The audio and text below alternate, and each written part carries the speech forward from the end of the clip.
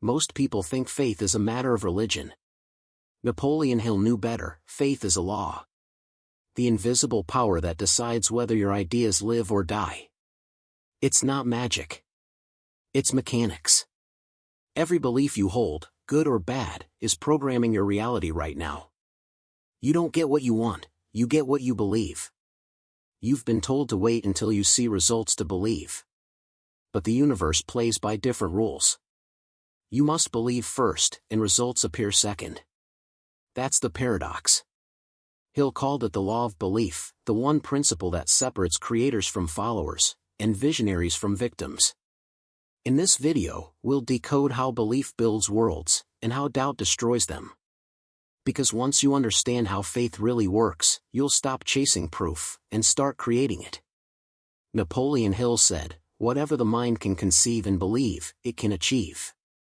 Most people quote it, but few understand it. Belief isn't just hope, it's the creative law of the universe.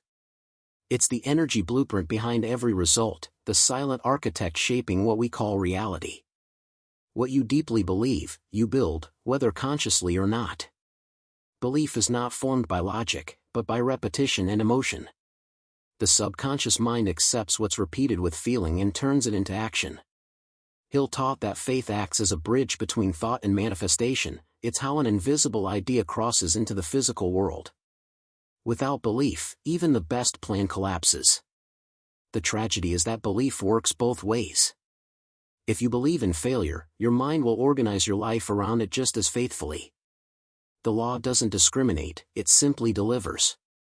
That's why Hill called belief the starting point of all achievement. Your world is not what you wish for, it's what you truly believe you deserve. Faith is emotion fused with thought, the most powerful chemical combination known to man. Napoleon Hill said that faith is the head chemist of the mind, mixing desire with imagination until it hardens into belief. Logic alone cannot create. The subconscious only responds to feelings, not arguments. Emotion is the language of creation. When you imagine your goal with emotion, gratitude, certainty, conviction, you charge the thought with energy. That vibration becomes a magnet that pulls circumstances into alignment. Hill compared it to electricity, neutral until you connect the current. The moment you feel what you desire as if it were real, the current flows. This is why negativity is so destructive. Fear, doubt, and jealousy send opposing vibrations that cancel creation. Faith and fear cannot share the same frequency.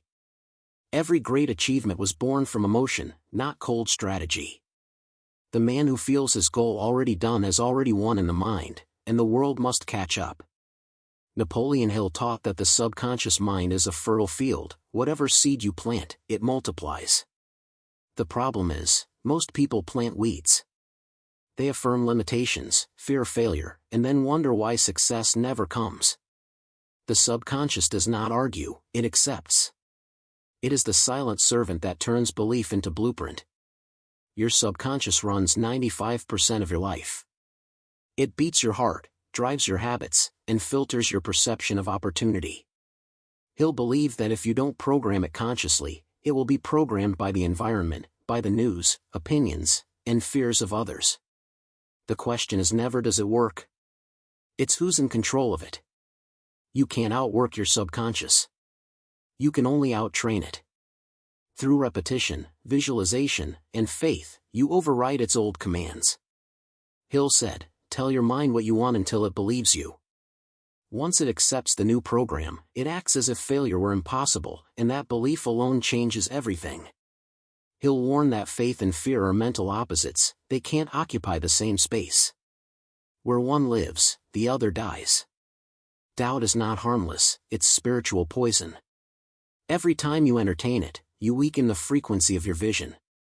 That's why Hill said, faith is the only known antidote to failure. Fear whispers in logic. It tells you to be realistic, to wait for proof before you believe. But the universe works in reverse, you must believe first, then proof appears. Doubt demands sight, faith demands decision. The moment you decide to trust unseen possibility, you exit the vibration of fear. That's when the magic starts. To kill doubt, you must starve it. Stop feeding it with what-ifs. Feed faith with repetition, gratitude, and small wins. Every victory, no matter how small, becomes evidence for your belief. Soon the impossible feels inevitable.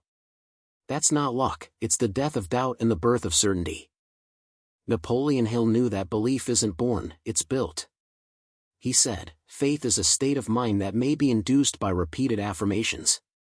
Just like a muscle, belief grows stronger with use. The first time you say I can, your mind may laugh. But say it 100 times, visualize it 1,000, and your subconscious begins to believe it's true. The greatest minds practice this discipline. Edison, Ford, Carnegie, all used repetition as a tool to condition certainty. They didn't wait to feel confident, they rehearsed it. Every day, they spoke their vision until it became fact. Hill taught that autosuggestion, deliberate self-talk, was the mechanism for faith creation. Most people repeat failure affirmations unconsciously: I'm tired, I'm broke, I can't. Each one is a prayer the subconscious answers. To reprogram faith, you must become intentional with your words. Speak what you seek until you see what you've spoken. Repetition turns wishful thinking into unshakable knowing. Hill said that the outer world is a mirror, it reflects not what you want, but what you believe about yourself. If you see chaos, doubt, and scarcity, it's not punishment, it's feedback. The world mirrors your internal frequency. Change the belief, and the reflection must shift. That's the law. The poor man and the rich man walk on the same earth, breathe the same air, and live under the same sky. The difference lies in the story they tell themselves about what's possible.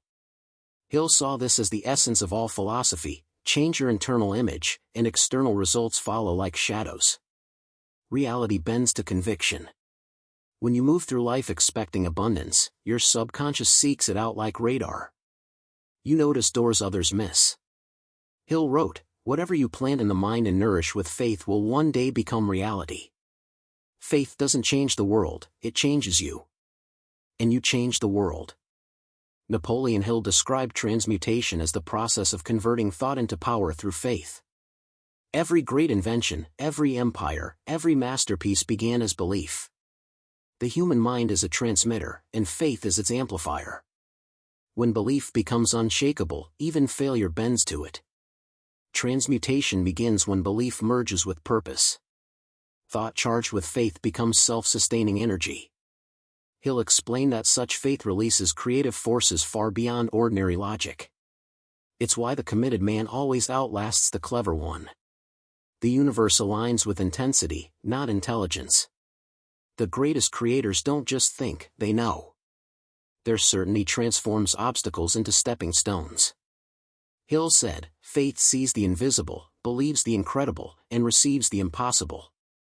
Once belief reaches that level of heat, the world melts around it. That's transmutation in motion.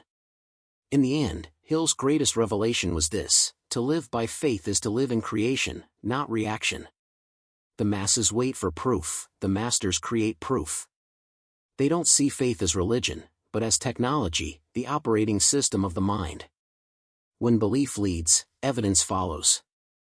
To live by faith is to wake up certain of your vision even when nothing outside supports it. Hill called it applied belief.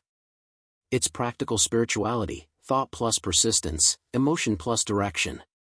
The more you trust unseen possibilities, the faster they take form. The truth is simple: faith is not believing that life will work out. It's knowing that you will. When you live by that truth, fear loses power, failure loses meaning, and life begins to respond to the rhythm of your belief. As Hill said, when faith becomes action, miracles become logic. Everything you've ever built, every win, every loss, every chapter of your life, was written by belief. Faith is not hope. It's command. It's the voice that tells the subconscious, this is real, until the universe agrees. Napoleon Hill proved that those who master belief no longer chase reality, they create it. So, ask yourself, what are you believing right now? That life is hard? That success is for others? That your time has passed? Because every one of those beliefs is an order your mind is already fulfilling. The law of belief doesn't pause, it obeys, whether you're conscious of it or not. If this message awakens something in you, don't let it fade into inspiration. Turn it into instruction. Feed your faith daily. Speak your goals out loud. See them done before they happen. Because the moment belief becomes your default, reality has no choice but to adjust. Lightbulb, subscribe to the channel, activate the bell, and keep learning how to master your mind like Napoleon Hill taught, not just to think rich, but to believe rich. Because once faith takes over, everything else becomes inevitable.